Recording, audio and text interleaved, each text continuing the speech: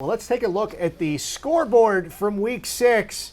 And there you have it. The rank and file were able to survive a late push from Kane Brown. Thank you so much. The only Hollywood, one person to cheer for you. That's all right. That's all right. Hollywood Inc., of course, you guys won. Taylor May, the fantasy footballers, whatever. Man, the B team. Look at the B team rolling along. 2 in a row, baby. MG. I think my points. I think I've scored more points every single week. Like my points have consistently gone up every single week. Can we get like a graphic for Graham just saying a graphic you know what's of great? my points going he's straight gonna up. win out? Yeah. You know what's funny is you would have been the high scorer of the week if you would have started Stephon Diggs. Idiot. I know. Instead, He still won. It doesn't matter because the fantasy footballers had the highest score, Okay. and now we got to bring them onto our show. You think I want to do that? I do not. So here they are. Oh, look at them. What is happening? How's it going, everybody? I'm happy to be here.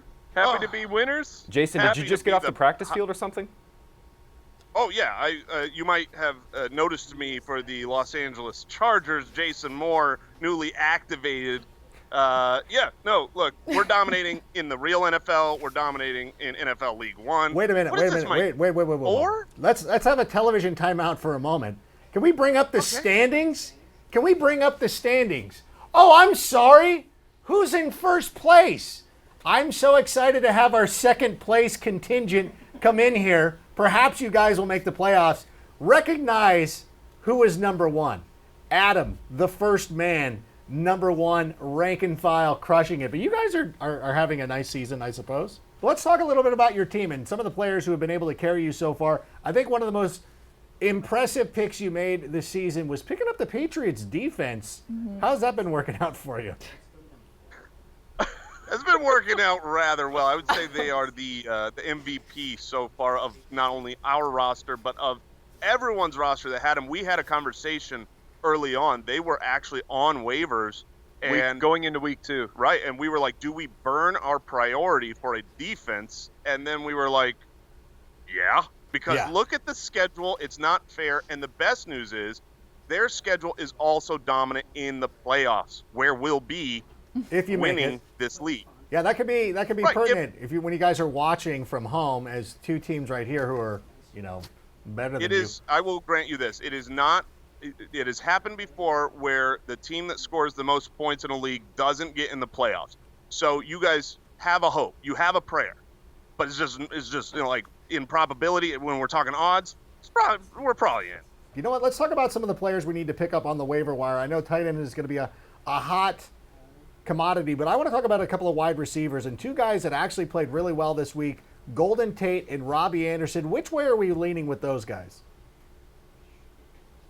Between those guys, I think you have to lean Golden Tate. The matchup against Arizona is great, whereas the next 2 weeks for Robbie Anderson are not very good. It opens up after that. They lost Kelechi Osemele, the guard, so I think, Darnold not having as much time. I'm more on the Jamison Crowder side of the Jets right now. So if I'm picking between those two guys, I'm going Tate against Arizona in what should be a high-scoring affair. For me, it's what do I need right now? I'm taking Golden Tate if I need a player this week. If I'm looking long-term, it's Robbie Anderson. He's going to turn into a league winner. We fantasy people, we've all been talking about this Buffalo Bills upcoming schedule. It's fantastic for 5 weeks.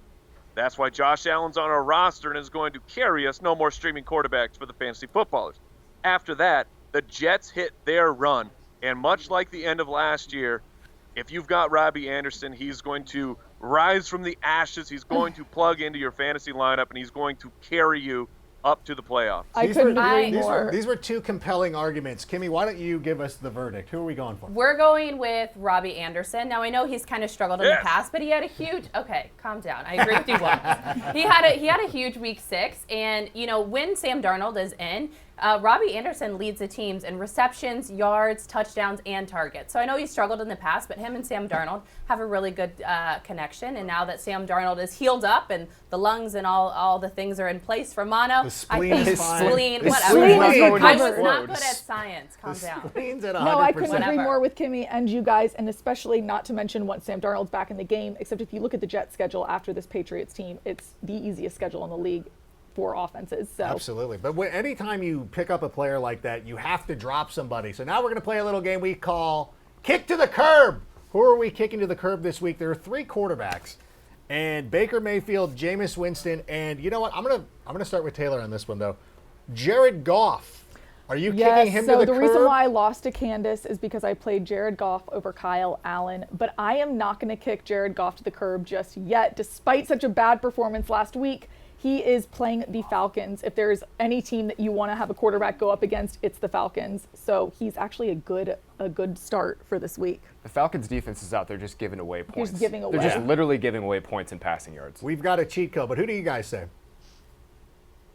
Yeah, it would be, if I'm dropping one, Yes. it would be Baker Mayfield. I mean, he hasn't done it. Look, Jameis Winston threw 5 picks in the last game, and he still did not catch up to Baker Mayfield on total picks thrown through the season. And I agree completely with Taylor on Jared Goff.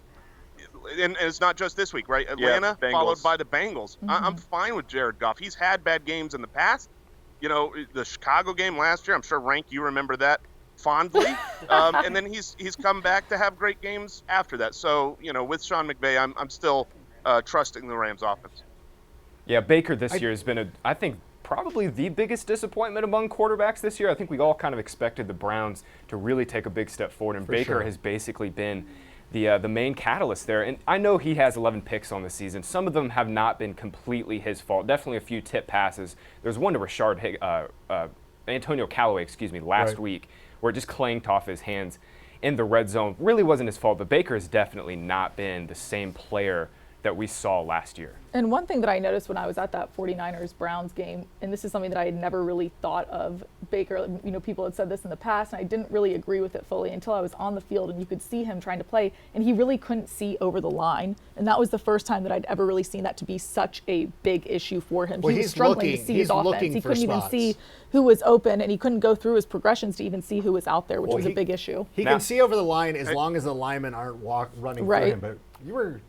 Yeah, chomping at the bit to say something. Yeah, no, I was. So, not to always make it about me and go back to the cold open, but fun fact, Baker Mayfield was taken above Russell Wilson in fantasy league drafts on NFL.com. So I think that just goes to show that there was a lot of hype around him in the beginning, but, the QB carousel is real, and that's why, he hasn't performed at all. And when you look at a guy like Russell Wilson going in these late rounds, it's hard to compare. And that's why we need to listen to people like you guys.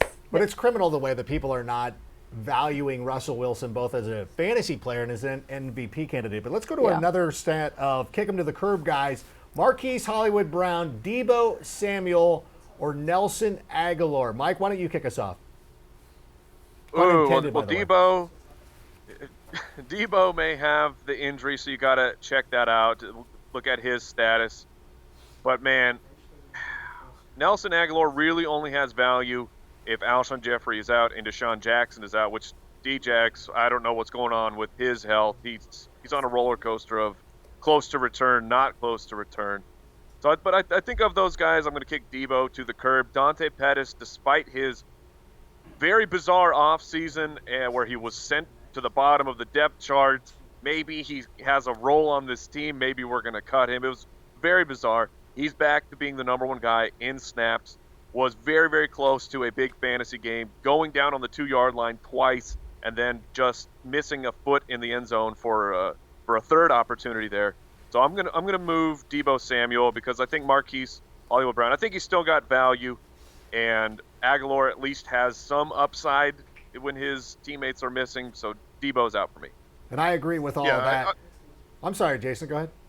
I was going to say I agree. I would not really want to roster Deebo or Aguilar. So the only one I'm keeping out of those 3 is Hollywood Brown because he has genuine upside as the season goes along. Don't get choked up. He's on my team. You can't have him. Don't try to butter me up or anything like that. And speaking of that, why don't we take a look at the Week 7 schedule? We're still experts versus celebrities. I will be taking on Desi Banks. Hollywood Inc. has got.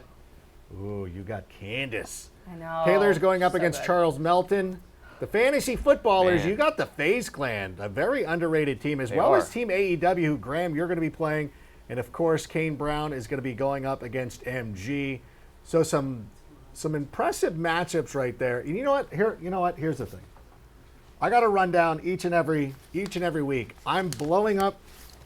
I can't even rip paper. I can't even rip too much paper. time away from the gym. I'm trying. This is like I'm a Browns lineman. I can't even rip paper. I'm blowing up the lineup or the rundown or whatever because I want to make one decree right now, and I'm going to go off script. I am challenging every expert, and you guys better be in on this too. If you lose to a celebrity this week, sumo suit.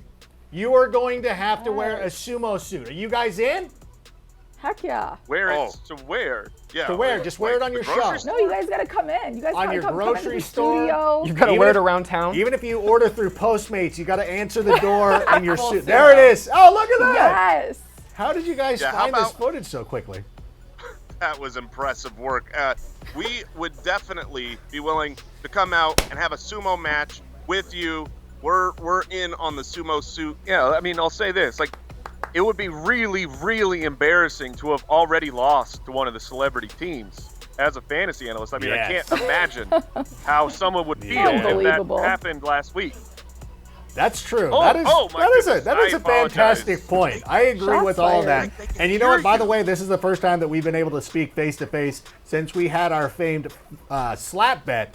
You guys admirably carried out the punishment, and I want to thank you for that. And we do want to thank you for coming on the show once again. Hopefully, we never have to do it again, and we can finally, score more points than you once.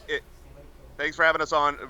Enjoy the gift we have sent you. We'll say you'll be seeing a lot This is of going to us. be terrible. Oh, boy. no. It's gonna be your nightmare.